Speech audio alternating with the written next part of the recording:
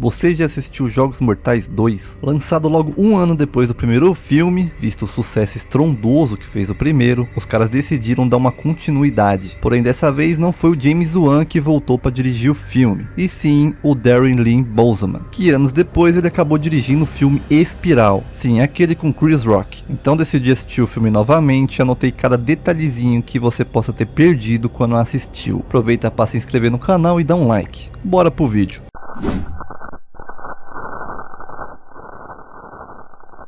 O filme começa fazendo a menção já ao primeiro filme. Os dois filmes começam igualzinhos, com a cena de uma luz. Os primeiros minutos do filme, com a primeira vítima, já servem para te prender e te mostrar o que você vai ver no filme. É igual ao primeiro filme e aos outros também, né? Todos começam da mesma maneira, com muito gore. Enquanto no primeiro filme mostrava isso com um orçamento bem baixo, nesse aqui ele já tem um orçamento mais recheado. E isso, claro, por conta do sucesso do primeiro filme. Inclusive, o diretor tinha um roteiro separado do primeiro filme. Esse segundo aqui não faria ligação com o primeiro. O nome do roteiro dele se chamava Os Desesperados e funcionava mais ou menos igual ao filme. O pessoal dentro da casa, desesperado e lutando para ficarem vivos. Na época ele acabou mandando esse roteiro pro estúdio, que acabou rejeitando o roteiro dele por ser violento demais. Porém, depois, como viram o sucesso do primeiro Jogos Mortais, eles decidiram aprovar esse roteiro, que acabou virando aí a sequência do primeiro filme de Jogos Mortais. O Leigh Whannell só pegou e incrementou lá para fazer a ligação com os filmes. Ou seja, esse filme aqui não era para ter nenhuma ligação com o primeiro, mas como ele foi aprovado por causa do sucesso do primeiro Jogos Mortais, acabaram fazendo a ligação entre os dois. Esse cara encapuzado aqui, que mostra colocando a chave no olho da primeira vítima, mais tarde, lá no sétimo filme da saga, a gente descobre que era na verdade o Dr. Gordon do primeiro filme. Até dá pra ver o cara mancando aqui. Isso porque ele cortou o pé dele no primeiro filme para poder sair do banheiro. No comentário do DVD, o diretor disse que ele mesmo interpretou essa figura encapuzada aí. Nessa época, eles não tiveram essa ideia de colocar o Dr. Gordon do primeiro filme como sendo um ajudante do Jigsaw. O diretor só apareceu mancando ali porque ele achou que isso daria um detalhe interessante de como que o câncer do John estava avançando cada vez mais até um ponto dele não estar andando direito.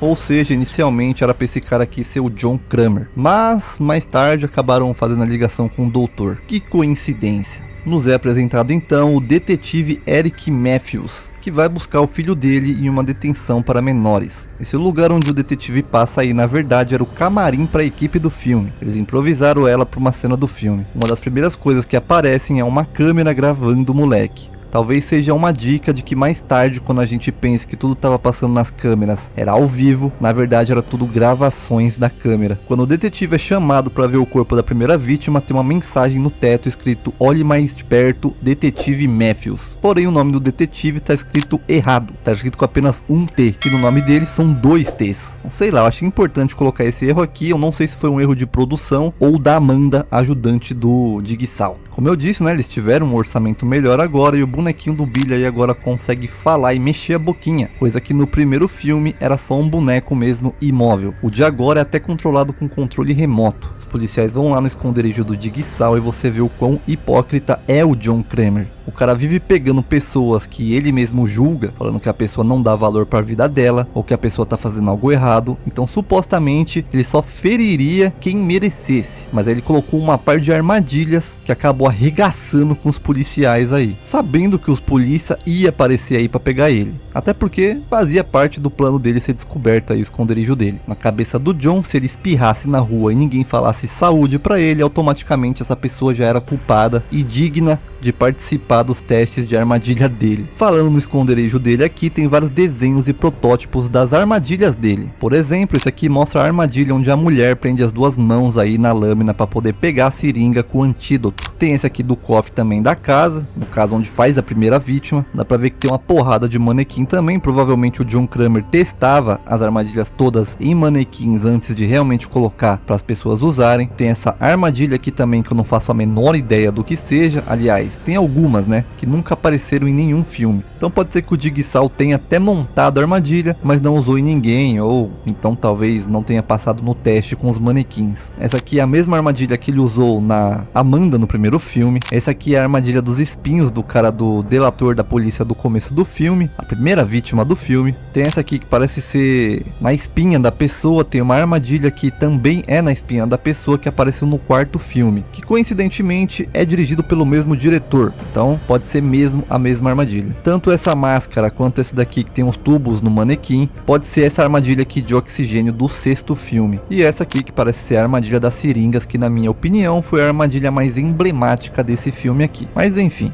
Quando o detetive Matthews chega e vê que o filho dele está fazendo parte do jogo, nem ele nem a gente sabe que as imagens são na verdade gravadas. E então o detetive parte para cima do John Kramer perguntando onde estaria o filho dele. E o John Kramer acaba respondendo que o filho dele estaria encolhido em um canto e que estaria em um lugar seguro.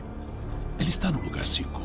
O que a gente descobre mais tarde que o Daniel, filho do detetive, tá literalmente encolhido em um canto seguro. E por acaso, no final do filme, a gente descobre que ele estaria nessa sala aí onde eles estão, dentro do cofre, com oxigênio. Quando a gente vai conhecer o pessoal que tá preso na casa de gás aí, a Amanda parece ser a única apagada ainda. E ela tá deitada no centro da sala da mesma forma que o John Kramer estava no primeiro filme. Aqui gera um prenúncio de que ela estaria por trás das coisas que acontecem dentro da casa. E a forma como ela coloca a mão na cabeça, fazendo referência à armadilha que ela estava usando e presa no primeiro filme. Ela tenta dar aquela checada para ver se não tá com a armadilha na cabeça dela, quase que inconscientemente. Outro prenúncio é a Amanda procurando o toca-fitas, indo certinho onde que estava escondido, já para o pessoal poder seguir as regras. No toca-fitas, o John fala sobre o incidente que aconteceu no metrô de Tóquio. Caso você não conheça esse tal incidente, em 1995 uma seita japonesa chamada Oun Shinrikyo, espero ter pronunciado certo. Essa seita fez um ataque terror, vocês sabem o que? No metrô de Tóquio, espalhando gás sarin dentro de vagões lotados no metrô de Tóquio. Ataque esse que fez 13 vítimas fatais e mais de 6.000 pessoas ficaram feridas. Inclusive, um dos relatos que o pessoal que sobreviveu fala é que passaram a valorizar cada respiração de cada momento da vida delas, depois desse incidente, coisa que mais tarde o próprio John acaba citando. Outra coisa que ele fala que tem uma combinação de números atrás das mentes deles. No caso, literalmente na nuca deles, e cada um tem uma cor diferente, que o John diz para eles seguirem a ordem das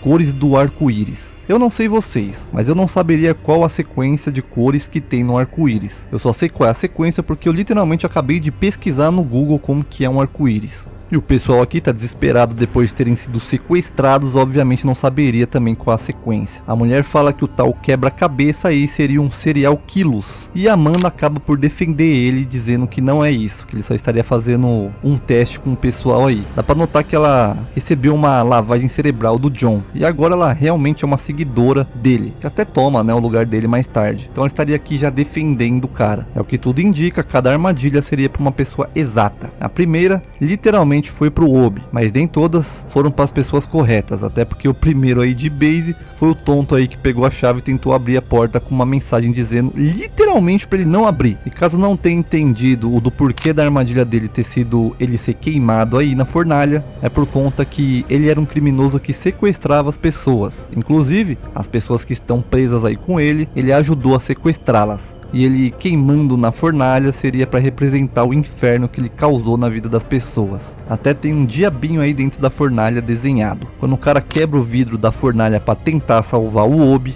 ele bota o braço para fora e se você perceber ele dá uma dedada no olho do Jonas aí. Isso aconteceu de verdade, tiveram que parar as filmagens por meia hora até ele se recuperar porque ele realmente se machucou. Outro indício que a Amanda realmente estaria por trás de tudo é que o pessoal tosse e até sair sangue e mal conseguem respirar ficando muito fracos por conta do ar tóxico que está no ar. Porém, em nenhum momento a Amanda tem um desses sintomas. A segunda armadilha é a famosa armadilha das seringas e seria direcionada para o Xavier. Isso porque ele é um vendedor de dorgas. Ele teria que procurar a chave para abrir a porta ali. Se não achar em menos de 3 minutos, então a seringa com o antídoto já era. Porém, ele joga a Amanda lá dentro, à força. E como foi ela que montou essa armadilha, então logo ela saberia mais ou menos onde estaria a chave. Por isso ela acaba encontrando a chave. Até porque ela não queria ficar ali mergulhando nas agulhas sendo picada de graça. Dentro desse buraco aí tinham 120.000 seringas e demorou 4 dias para eles trocarem as agulhas por pontas de borracha. Obviamente não eram agulhas de verdade ali para os atores, né, e a atriz mergulhar. E sim agulhinhas de borracha. Porém alguém da produção